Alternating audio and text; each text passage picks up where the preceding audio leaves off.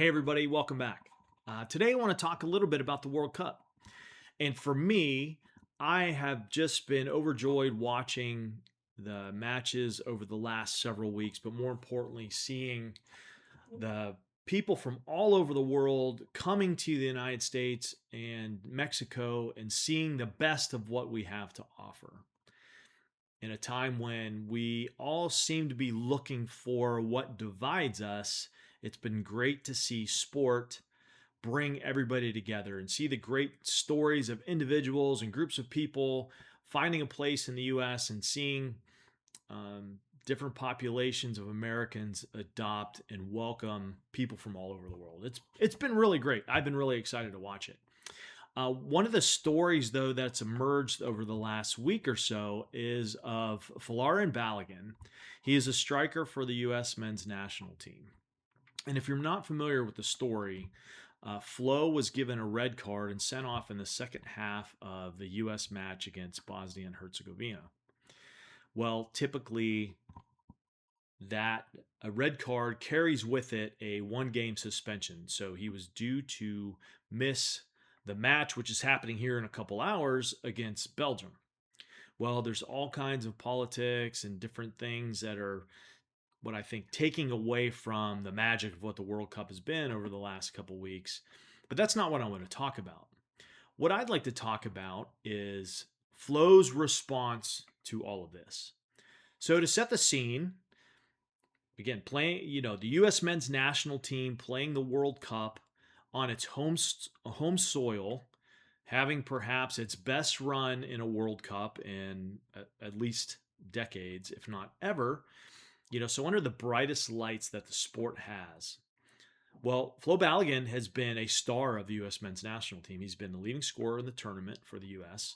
He had scored in that match against Bosnia and Herzegovina when he got his red card.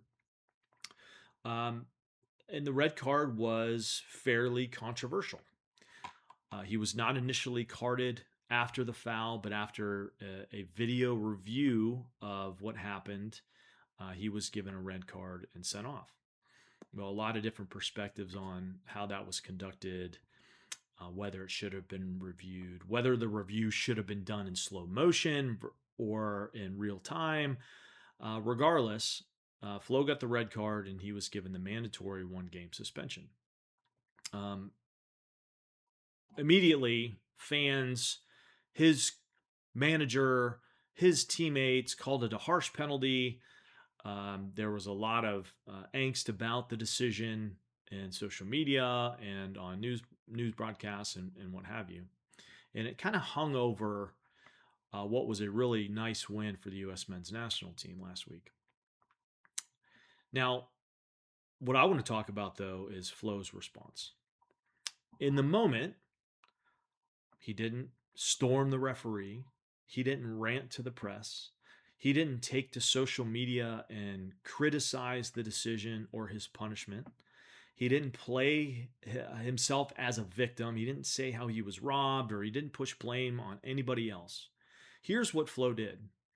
He took a very measured public read of the situation, allowed for some caution that the call could have been fair while also disputing its severity.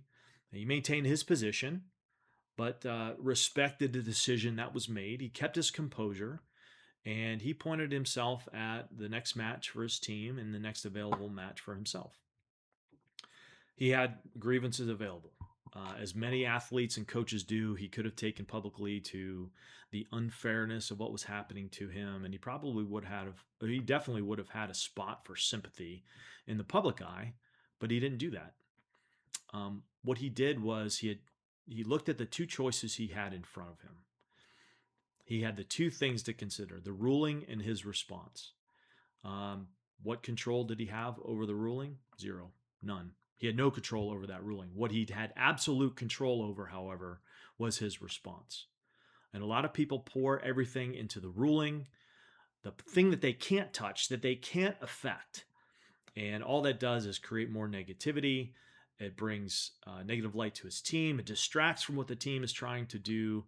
And in the worst cases, brings negativity to that athlete's reputation or that coach's reputation when they're in a similar situation. Flo focused on what was his, and his response to that was composed, it was even, and it was oriented on the greater good of his team. His call was never under his control, but his response was. Now, you can go through history, recent history, distant history, and you can come up with countless examples of athletes and coaches uh, who did the opposite. And I'll tell you that I will be on the side of Flo Balogun for his response to that situation, regardless of what happens against Belgium or beyond into the World Cup. Now, to the coaches out there, you have a similar decision to make when a call goes against you, when you perceive that a referee's call might cost you a game, when you lose an athlete to the portal or to some other circumstances, for those decisions that you have no part in, the loss that you don't think that you deserved, or the criticism that you just seen was unfair. Your players are always watching. They're always monitoring how you handle those situations, and all your speeches about culture, about what your values are, what your purpose is, the greater good, all of those things can come into direct contrast with the way you respond to those situations.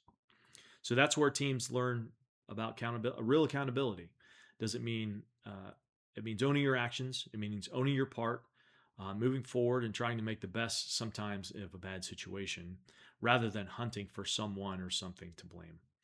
You teach a lesson each and every time that you do that. Culture isn't made in the team meeting or the briefing. It's made here in how you respond to things that go against you that aren't anticipated. That's where you earn trust by taking personal accountability, pointing to the shared purpose, and helping yourself and others grow and oriented on the standard rather than offering excuses. A team holds a standard it has watched its leader hold first. So kudos to Flo. I wish the team the best of luck tonight in their match against Belgium. And either way, however the match turns out, I will fondly remember Flo and his response to this circumstance and point to it as an example of ownership and personal accountability. Thanks all, and go USA.